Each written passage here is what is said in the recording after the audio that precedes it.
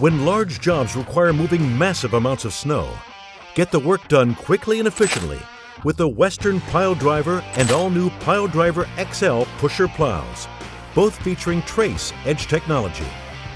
These pushers scrape down to the pavement with an advanced cutting-edge system that has independent 2-foot sections that move vertically, oscillate, and trip. Get more jobs done faster with the Western Pile Driver lineup of pusher plows. Mike Bott from Frost Solutions, one of the owners of the company. What we do is provide a mini weather station to give you a tailored forecast to those particular locations so you know where and when and what to do in those parts of town. You know there's 2 or 3 or 4 or 5 different ways that people can experience tremendous value having a technology like this.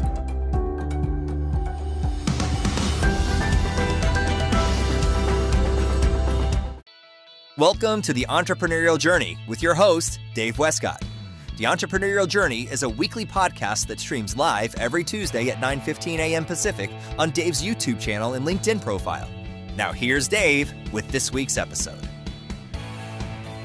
Good morning and welcome to the Entrepreneurial Journey. I'm your host, Dave Westcott, and I have with me this morning special guest, Kelly Dowell, founder of Onlawn. Kelly, good morning.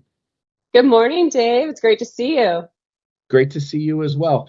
I was so excited. I was reading through your bio, and you got a lot of amazing stuff in there. But the one thing that really popped out to me was you started young and you started plowing snow with your dad and mailing invoices with your mom in the snow and ice industry. Tell me about that. I want to know a little bit about how that happened, mostly because I have a daughter who's 10, and I've been thinking, man, I would love to get her in a plow truck someday so she can get the experience. Oh, man. So that's probably prime age when I was just itching to get out there in the field, especially because it was usually late at night when the snow events would happen, right? So it was like my dad would be putting his boots on at like 11 p.m. to go be a snow fighter. And I was like, man, he's like Superman. This is so cool, right? Like, I want to be part of this. And so I just wanted to do whatever I could do to get involved, whether it was I remember making him some meals before he went, making him peanut butter and jelly sandwiches or packing him a little snack pack of chips and things like that and beef jerky and ready to just go with him and just be out there. And I just thought it was really cool. We would drive around and it would be snowing and we'd have the heat on, but the windows down. And so you could see everything and be part of it. And I loved it. I was out there, as time went on and our camera phones got better, taking pictures. But at first it was I don't know if y'all remember the Nextels, right? We had the Chirp and we would Nextels. And before that, the radios. And oh my gosh, now I'm going way back. But, it was really fun. I just always thought that was just a really cool place to be. We would get back to the shop. All the guys were there, at 3 a.m. So I should have had no business being out of bed, but it was fun. I loved it. It was exciting. So it got into your blood from an early age. Yeah, man. Yeah. That's cool. So this entrepreneurial spirit, this entrepreneurial journey, you grew up with that. You were involved in that, not only from watching it, but hands-on with your dad, building the business. And then when it came to billing the clients, which is always the worst part, the hardest part, collecting the money, they always forget how much it snows, and then so now you're actually in the invoicing part, helping mom run that part of the business. Yeah, for sure. I mean, I don't know. I think when I was 6 or 7, I was, maybe even younger, I was licking the stamps. It was before they became sticker stamps. I was licking them. And then we got a little, I don't know, it's kind of like one of those bingo daughter things, but it was full of water and you could just stuff the envelopes and use the little bingo thing and swat it down and you didn't have to lick them anymore. And I remember doing that and just being in the office. Growing up, it was entrepreneurial, like you said, was in my blood. My parents ran their landscaping business out of our trailer, our home. It was we had people in there all the time who were working, answering phones. I was sitting on their lap. I was in the swing. It was that was business was family and family was business. And there really wasn't a separation of the two growing up. When we lived in a trailer park and we had everybody running the business, we had magnetic stickers. So during the day, my dad would stick the Dowco sign on his truck. And then at the end of the day, if we were going out to dinner, you just peel that magnet right off and we were going out to dinner, So I love it. What a great way to grow up. So, well, I guess I've got so many questions, but when did that entrepreneurial flair like drive into you? When did you say, "Hey, I want to be an entrepreneur too"? What was that moment? Was that from being a kid, or did you kind of discover that a little later on? no, I think I discovered that later on through just, I always kind of thought like that running that landscaping business was going to be what I did. And that is how I was going to find my entrepreneurial spirit, was that one day my parents would decide that they didn't want to do it anymore and they would just hand it to me all willy-nilly. Like I had no idea, right? Yeah. And so I just imagined that I would be leading that company just because they would give it to me. And so obviously that's not how things work. um, and so anyway, over time, I realized like my skill set and the things that I'm passionate about lie in sales and marketing. I do enjoy the day-to-day and the grind and all of that, but I don't want to go into an office every day. I don't want to I don't want to live in a specific place every day. Like right now, I was just telling Ralph that, we've moved from Florida to Arizona, and now in 2 days we're moving back to Florida. Like if I was running a landscaping business, I wouldn't be able to do that. And so that didn't fit kind of my lifestyle of like where I want to live. I want to, work remote and those sort of things. So that kind of came over me with my entrepreneurial spirit. Well, if I'm going to do that, I need to start my own business. And so that's kind of how Onlawn was formed, which was formerly Caldo Digital. Was I decided, well, hey, if I can do sales and marketing for one company, why can't I help lots of companies nationwide with their sales and marketing too? So that's kind of how that formed. So in 2017, you win the Lawn and Landscapes Emerging Leader Award. This kind of encourages you to start, pushing for your dreams and building Onlawn and that sort of thing. Was that kind of the defining moment that said, yes, I'm all in? That was one of the things that instigated me, I would say, that it gave me that courage and it gave me the belief. It gave me, the ability to say like, I'm worth it, like I have some credentials behind me. So I really didn't have a good resume at the time, if you will, to take to somebody and say like, hey, Dave, let me do your marketing. I've only ever done marketing for my parents' company. But, I didn't. So that kind of gave me that courage and belief that I could go out there and do something and make something for myself. I love that. That's very cool. So you start the business, you get going, and, now, it's 2025. So you're coming up on a good 8-10 years of being in business, running your shop. Yeah. That's exciting. 10 years, awesome milestone coming up, 2027, whatever. That's cool. Oof. Yeah. It flies by, doesn't it? It really does. It's been fun. I mean, there's been a lot of changes over time, that's for certain. But yeah, it's been fun.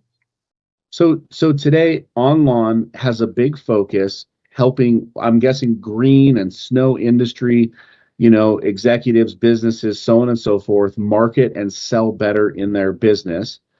What did I get right there? What did I get wrong? What does Onlawn do on a daily basis? Yeah, great question. So we focus our efforts primarily on organic content marketing. And so when I say organic, I mean anything that's not paid advertising. So like your website that you already own, whether changing up content and doing things on your website, email marketing, which we love email marketing. It has a huge ROI. And then social media marketing. So social media with the exemption of any paid advertising. So we have partners that we can connect people with, and we definitely recommend doing that, as we know that social media is a pay-to-play game at this point in time. But our focus is primarily on making sure that we get your voice, your brand, your company voice correct, that we are speaking from the brand's heart and we're speaking the words that you would say. So in order to do that, we have to go through a really, really, really robust onboarding process. It usually lasts about 6 weeks that we work with people and put together a brand and marketing strategy guide for them that gives them all the things that they do, their history, their services, their ICP, their target audience, their everything that they want that people might need to know about them. We put into a booklet for them. It's usually like 60 pages long. Wow. And, taking that time to study our clients and really get it right with them, I think pays off in the long run. It's a lot of upfront, talking. And, but at the end of the day, like, we've put together a full game plan for the year. So you have a whole marketing strategy for the year coming up. And then you also have a brand strategy guide that you could give to anyone. So at the end of the day, at the end of the 6 weeks, I should say, if you don't choose to use us, you could take this guideline and this document to anybody and they can execute it. We're giving you the recipe, basically. So that's what we like to do up front, is really just learn your brand, learn who you are, learn who your team is. We interview people, we talk to everyone, so that we can understand your voice and that we can be you, because that's essentially what people are doing on social media, right? Like, I am being you. So that's where we focus our efforts, is organic marketing and making sure that, like, all of the material that your clients or prospective clients are going to get sound like something you guys would say, and not like it's just out of the box or whatever. Anybody could slap a logo on it. And so that's kind of what we focus on. And so it could be a sales document, it could be a follow-up email, anything, your website verbiage, any of those things we have our hand in. Wow, that's pretty cool. So that's a big gap in the green industry for sure. Like, you've got a lot of guys who are great at getting out there and doing the work, but running the business is one level of toughness, but then taking on sales and marketing is a whole nother piece. Yeah.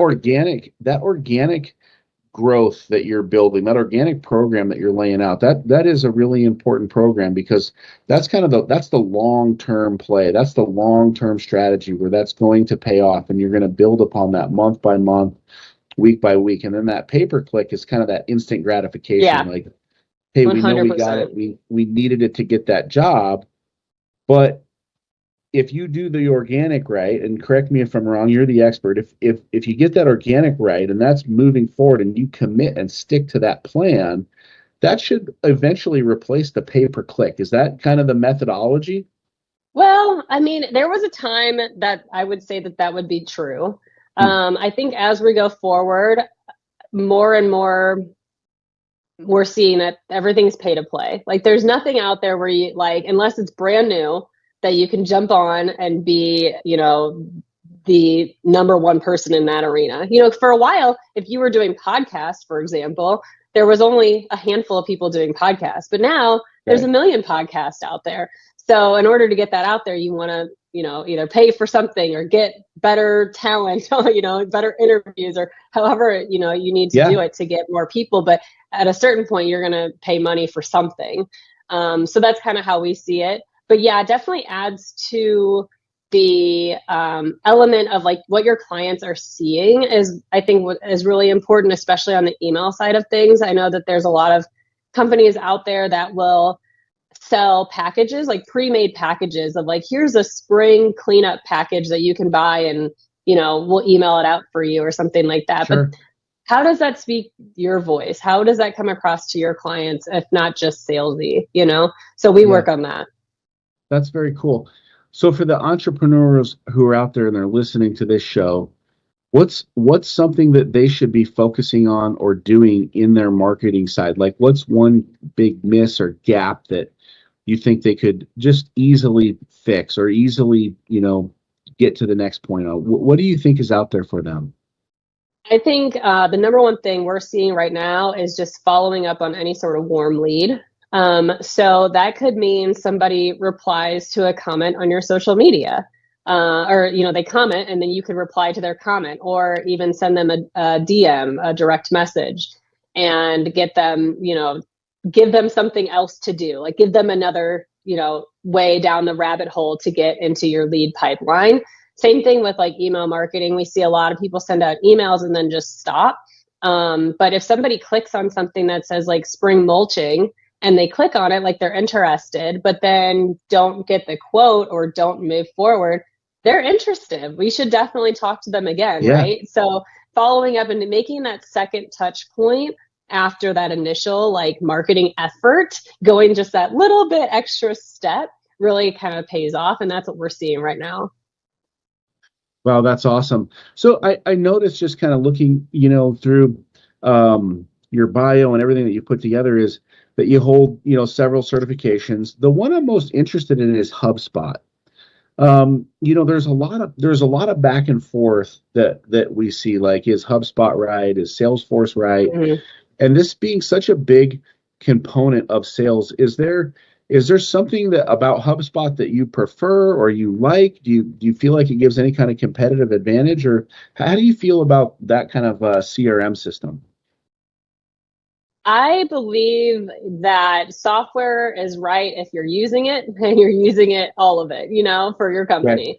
So I wouldn't, there's not a blanket answer. Is HubSpot right for me? There's no blanket answer. There's definitely cheaper, more affordable options. I will tell you that my HubSpot certification has lapsed. So I know that that's probably on my Oh, LinkedIn from forever ago, but I do like HubSpot. I think it has a lot to offer. But there's other alternatives out there, depending on what it is that you're looking for, that can definitely be more affordable and not so, dare I say, nickel and dimey. So I think, if automation, like email automation, is the thing that you're looking for, and that's the only part of it that you'll use, then I think that there's different options. If you want something that's all inclusive, your whole sales team is using it, they're moving leads through this pipeline, through all of the sales stages and all of that. And you want to be able to blend your sales with your marketing in that space, I think HubSpot's a good solution. So, I mean, it just depends. But I definitely think having everything in a place where people are actually using it is just the key factor. You've got to yeah. be using the software that you guys are that you're buying. Right. I think that utilization is so important. I think you hear somebody say, "Oh man, this is going to be a great idea. Let's implement this." And then they buy it, and then one person uses it, but 10 people should Yeah. be using it, and they don't get any data. Do when you're looking at the business and you're helping an entrepreneur, get to the next level, are you helping them walk through some of those stages, like, hey, this is how we should nurture our leads, this is how we should be calling them? What does that consulting look like on your end? Yeah, so we, like I said, in our 6-week onboarding, we do cover a little bit of this. Like, we go through what is your current sales process and make some suggestions, and you end up with a list of suggestions that we come up with. Some companies are further along in this process than others. This is a huge, uh, you know, pain or thorn in there, for them. And Yeah. so we have to like tackle this. So, we do come up with like some automations and some things that you can do as far as following up with leads. Again, it all just varies too. Like, for somebody who's quoting, like, I know you're at the SIMA conference this week, right? So Yeah. we'll use snow as an example. Like, a snow lead or quote that you present, you're going to treat differently than somebody who's a $300 a year FERT client, who's just like fertilization only and that's all they want. And so it just depends on what you've got. If it's a full service, if it's a snow, if it's commercial maintenance, you don't want just the same blanketed stuff going out to everybody. So we kind of walk through that. We definitely go through that process. What does it look like? What does it look like for each company? And sometimes it's different salespeople too. Like, the larger companies will have different salespeople selling either in different areas or selling different services. And their follow-up process might be different than the person next to them. Wow, that's pretty cool. So at your firm, you guys you'll tailor that information. Like, you'll put that together. Hey, Bob's great at selling snow. Mark's good at selling land. Well, whatever. Pete's good at selling irrigation, and then you're tailoring and working with that company. And if they say, "Hey, let's work together," you'll help manage that email process, get those emails delivered and sent. And that seems like a big Yeah. burden off of the plate. Yeah, that's what we can help with 100%, and making sure that that people are actually utilizing the tool. So one of the things that we'll do in a consulting situation is I'll talk with, like you said, Pete in irrigation or whatever. Like, Yeah. I'll make sure, like, hey, Pete, like, what is your pain points? Like, how can we help you? Like, how many times are you following up? How many times do you need to follow up? Do you want this to be standardized? Do you want this to be, like, one of the things is there's automated, and then there's customized. So we can have something that's customizable, for him to send, but not automated. So it's a template where he can just say, hey, Mrs. Smith, it was nice to meet you, and talk about, and then we have like a blank, and he can fill it in. So it's very customized to him, and it's not just automated. Or we can just say, hey, Mrs. Smith, here's your quote, blah, blah, blah, blah, blah, and fill that in. So there's a lot of different ways you can do it. It all just kind of depends. And we like to structure it on the it depends. Right. I think that's such a helpful service that you offer because, the follow-up is what kills the emails, those additional touch points. It's like, oh, you know what? I got my follow-up scheduled for Thursday. They're ready to go. And then, business happens and the follow-ups don't happen. Okay, I'll get to it Friday. Okay, I'll get to it Saturday. Okay, you know what? I'm just going to get back on track next Thursday. And it never seems to happen, right? So being able to help and support and drive that for the companies you're working with seems like an amazing program that you guys have developed. And sometimes like an inside sales representative is a really good fit. Maybe they're a part-time person, but what they do is they spend time addressing the follow-up, depending on the type of client, right? And so an inside sales rep usually is a really good beneficial person who can either they put together takeoffs or they're following up and things like that. And then you look at that role in an even bigger picture element and say, what about this role can I automate? And what can I give to a software versus a person? And so we kind of look at those elements too. So you really help guiding the entrepreneur along the path. Like this is what success is going to look like. I really, really like that. Yeah, we just help. We don't make the decision. It's all on the entrepreneur. You got to make that decision, right. But we'll give you some resources. They got to pull the trigger, but you help them get to where they want to go. I love that. So you're talking about this ideal customer profile, right? That's the ICP, ideal customer profile.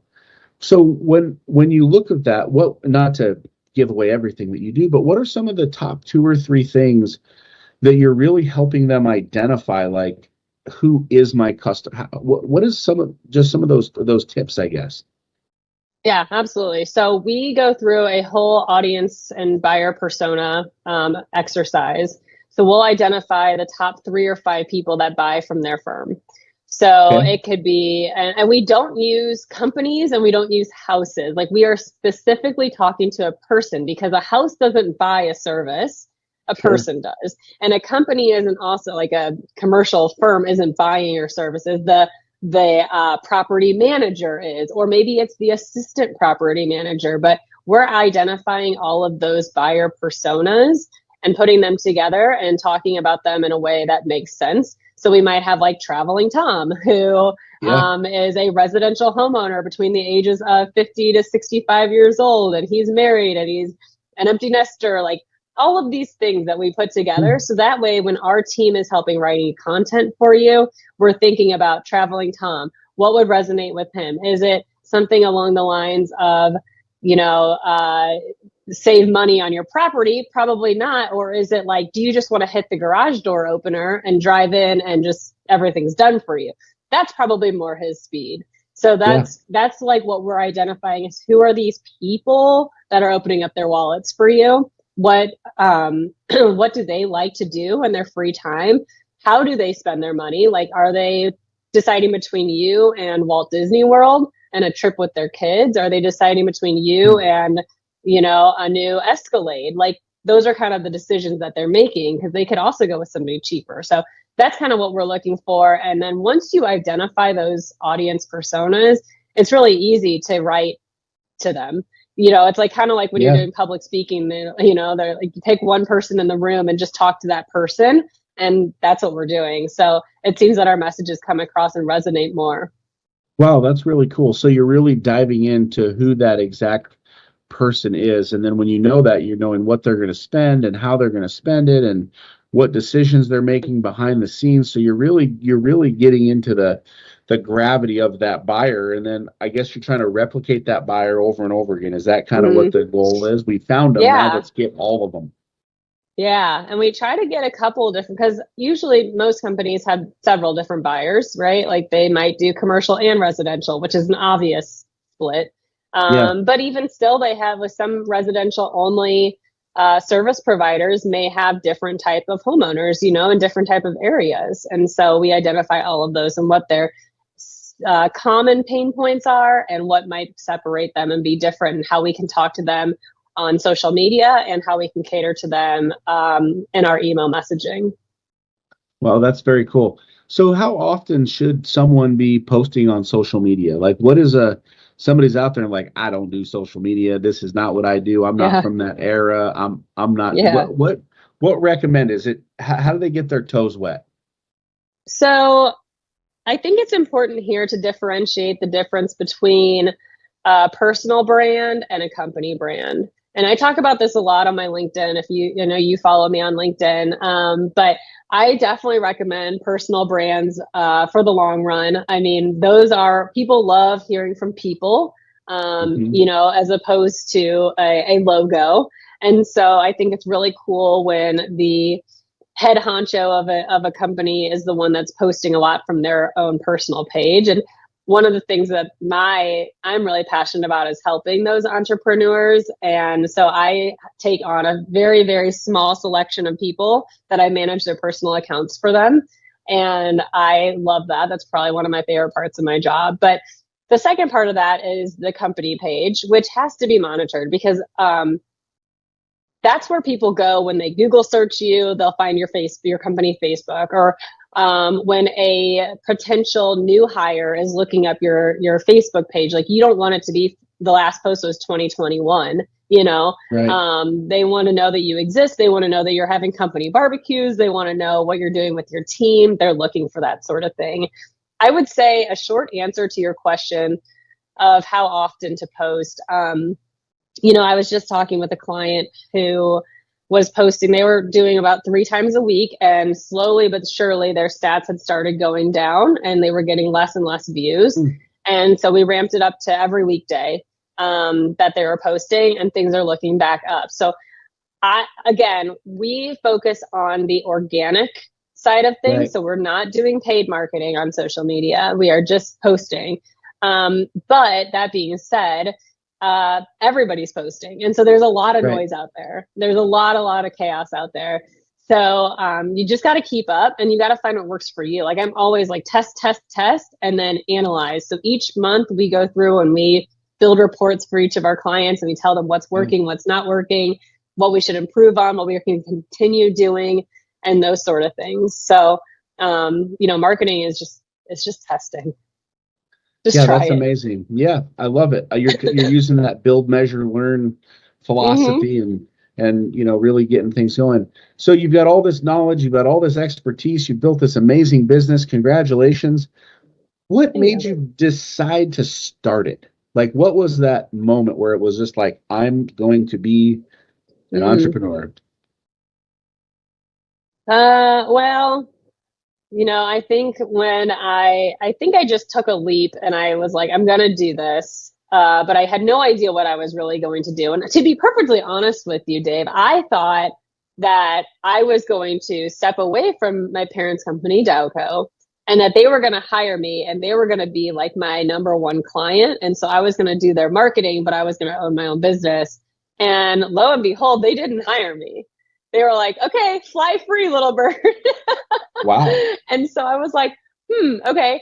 So I went to Mexico for like 6 weeks and spent all my savings and like had a great time. And I just remember like sitting on the rooftop of this hotel I was staying at, and kind of like journaling and thinking like, what am I going to do? And I ended up landing one client who was basically a family friend, we'll call them. And so that was in January. We started in January, and by May they had fired me. And so they were my only customer. I was charging them $1,800 a month, and they were my only customer. And I was putting like everything into it. And I was learning. I mean, I was doing everything the long way, the hard way, like everything I had to do for them. I was starting from scratch, right? Like I had no templates. I had no proposal document. Like I had nothing. So I was just making it up as I went. But yeah, in May they fired me. It was like 2 days before my birthday. I remember it because he sent me a Word document that had a T chart on it. And on one side it said pros of working with Kelly, and then on the other side was like cons of working with Kelly. And the pro side was like this long, and the cons were like, and I was like, damn, like, what am I doing? Did I mess up? Like, what did I make a huge mistake here? Like, no one's ever going to hire me. Like, this guy is pretty well known in the industry. He's going to tell everyone I suck. It was an eye-opening moment for me for sure. I was like, I don't think I'm cut out for this. Like, I don't have what it takes. So that was I don't know. I think I told you this story. I don't know why, because you asked me how I got into entrepreneurial, but that was my first experience in it. And that was a rough one. That's an amazing, that's an amazing story, because I think that will resonate with every entrepreneur, right? Like, at the end of the day, we all have fails. I mean, I've been in business for 25 years and I still have fails. Like, I'll have fails this morning, I'll have fails this afternoon. Like, that's the hard part about being in business. And you do put your heart and soul into the clients that you work with, and you get that rejection, you get that termination, you get those things that are frustrating. But you know what? You learn and you build and you keep going and you have that grit. And so, that's just a testament to, what you've built in your company. And so, I love that story, because that's really an amazing thing. What are some of the things that you've learned along this journey of being an entrepreneur that keep you moving and keep you going forward and keep you out of those, tough moments? Yeah. Well, I mean, building off of that story, I think that made me realize that, one, you can't put all your eggs in one basket, obviously, because at that after that month, I had nobody. And actually, I remember they tried to withhold my last check too. So they weren't going to pay me for the previous month. And I was like, oh my God, I'm really broke. Right.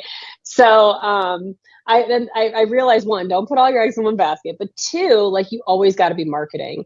You've always got to be putting yourself out there and saying that you're available and talking to other leads. Like, you can't just like turn off your sales engine and your marketing engine. Like, even if things are looking good, keep it on just a slow trickle if you need to, but don't turn it off completely. And I tell my clients this all the time, because it sucks when you lose somebody big, or when you need to turn it on and there's been nothing coming out for a while. Like, that's going to be a really hard thing to pick back up. And so that's why I focus a lot of my energies. I post, every day on LinkedIn and try to communicate like my value and try to share some stories that I've learned and lessons that I've learned. And LinkedIn seems to be a really good platform for me to kind of get the word out and then get people in my inbox without smothering them with a lot of like, hey, you should talk to me, buy my services kind of talk. So, that's something else I learned. And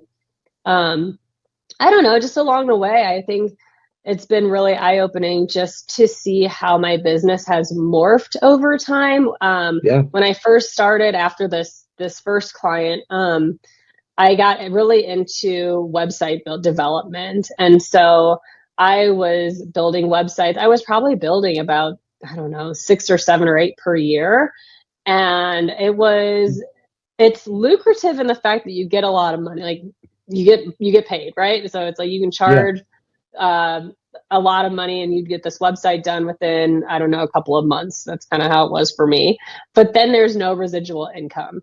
So it was like, okay, here's your website. And then there's no like maintenance for you to do. Very minimal, I should say.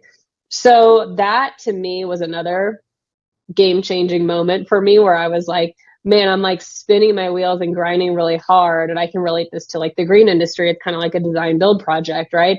Like, you put in their patio and you do all this stuff, but then if they don't want your maintenance package, or you don't have a maintenance package in my case, then bye, like, that's it. You're done. You've got the patio installed and you're out of there. And so that was something I learned too, is like, you've got to have money coming in and something reliable coming in, where you're not just like constantly selling this patio over and over and over, in my case, a website. Right. I think that is so huge for the entrepreneur. Those are 2 big notes that I really took away from what you shared, was always be marketing, never turn off your sales engine. And you got to have what I'm just going to call mailbox money. Like, it's great to win the patio job. It's great to put that in there, but that maintenance project, is what happens, is what keeps you alive when you have a COVID or when you have a economic downturn, or whatever is happening outside of the world. Those lawn mowing contracts will keep you from dying, your business from dying. So I really think that that those are just hugely wonderful, powerful tips for the entrepreneur out there. But I think that's really, really cool. So I think that I have a couple of questions left. I've learned so much from you today, and I'm so appreciative that you've been on the show. For anybody who's out there listening and they're thinking about getting into marketing, or maybe they don't have a marketing program, or they're thinking about growing their business, what's one tip that you would just use to encourage them in the marketing segment? Ooh, great question, Dave. So, man, I would say find somebody who, like, this is going to sound so biased, but it's really what I come up with. But find somebody who knows what they're doing, who's in your industry, and talk to them. So, like, calling me, I usually spend about an hour on a discovery call with a client or a potential lead. We'll talk for 30 minutes to an hour about what your pain points are and whatever. This is of no charge at all. And I will just give you everything I know and tell you all the things that I possibly can in that time allotted. And then if we decide to work together, again, we can do our onboarding process, which is 6 weeks. And like I said, at the end of it, you walk away with this huge document that's going to give you the nuts and bolts of, like, what is possible with marketing for your company, what you guys currently are doing, and what your opportunities are, where your strengths lie. All of those things are in this document. So you can take it to anyone and have them execute. You can go put it on Fiverr or Upwork or whatever you want and have somebody else execute. I don't care. 99% of the time we end up working together because you've spent so much time telling us about your business, right? Totally. But there has been a time that we did not move forward. That was my call. It just wasn't a good fit. The client didn't make meetings. They were constantly late. Like, I just, it wasn't a good fit for me, but that was the only time we haven't moved forward. So anyway, I would just say, like, talk to somebody who knows your industry and knows what they're talking about. Because often, like, I've also referred people a lot of times too. Like, somebody might come to me and be like, we need leads now. Or we're a new business, nobody's ever heard of us. Those are not fits for what we do. If you're just looking for, like, immediate leads, like you said, that pay-per-click is going to be a much better option than what it is that we're doing. We're kind of a affordable luxury service, if you will. Sure.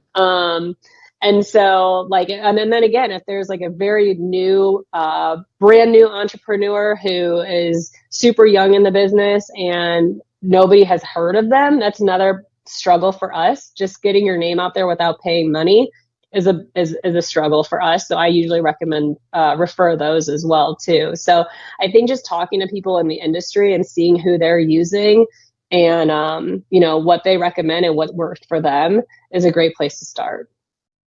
That's fantastic about advice. And I love the transparency. Like, not all clients are good clients in your realm. Like, you've got a group of people that are really good and really where you hit it out of the park for them, and you really know and understand what that lane is, and you stay there. And if not, you help them get the best resource. And I think that's the best kind of partner, is one that will tell you, hey, this doesn't work for me, but here's a resource for someone else. So I really applaud that. I think a lot of business owners try to be everything to everyone, and they try to chase a lot of real shiny objects, but you really defined what your scope is and who you are as a company. So great job. Thanks. And that's what we try to help everybody else do too, is, put together this guideline so that you can also say no. Saying no is sometimes the best thing for your business. Amen to that. That is so true. That is so true. It is true. I mean, it's a hard one to learn, because you learn that lesson, right? But I got one final question for you. We've got a whiteboard, we got a billboard. It's on the road. Everybody can see it. It has a sentence. It has a word. What do you want to share with the world, and why? What is out there for you that you would share? Oh man. I would just say my biggest thing that I keep telling all of my clients right now is be authentic. Be authentically you. no one else can do what it is that you do. No one else can be who you are. And so you should let that light shine through. And just it could work sometimes, it could flop sometimes, but that's okay. That's part of the learning process, and that is part of the testing of marketing. And you just have to put yourself out there and be you. And that's when the biggest breakthroughs happen. That's when the biggest how do we go viral moments happen. You can always see that it's because somebody was being authentically themselves. I love that. That's a great answer. I love that. Just be you. Just be you. I like that. I like that. That should go on a shirt somewhere. That might replace the Nike Just Do It. Just be you. That's awesome. So if anybody wants to work with you in your business, how do they find your business? How do they get a hold of you? Sure. You can go to my website. It's Onlawn, ONLAWN.io. So onlawn.io, and fill out a form. We've got a quiz on there that'll tell you, how you're doing in the world of marketing, from email perspective and social media perspective, etc. You can find me on LinkedIn if you kind of want to be a fly on the wall and not really have a conversation yet. Find me on LinkedIn. It's Kelly Dowell. I post usually every weekday, and comment on there, say hi. Awesome. So we know how to find your business. We know how to get a hold of you. And listen, if you're out there, do yourself a favor and reach out to Kelly. You're going to get the advice you need to take your business to the next level, or she'll point you in the right direction. I think that's awesome. And I follow you on LinkedIn, so I'm happy to be a fly on the wall. I see what you're writing out there, and you're doing a great job. So I love being able to do that as well. Well, thank you so much for being on the show. It's been an awesome time. It's been an awesome time this morning. And so, it's just been really, really good to get to know you and get to know your business. Well, thanks, Dave. I'm glad you're putting together the podcast. I know it's a lot of work going into it and doing this all the time, day in and day out. So I appreciate what you're doing for the industry and for the trades and for entrepreneurs in general.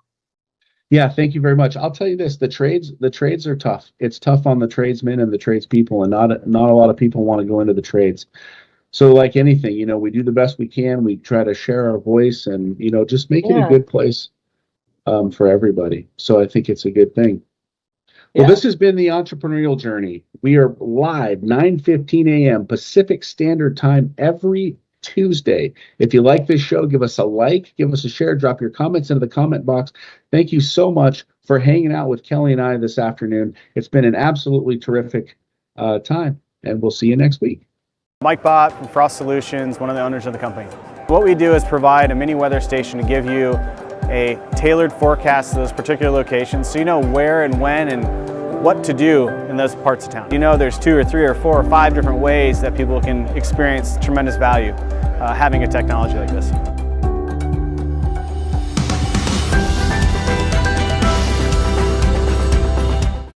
Introducing the all-new Western Enforcer V-Plow. Engineered with all the features, efficiency, and performance of full-size Western V-Plows, built specifically for your half-ton truck. For more information, visit westernplows.com.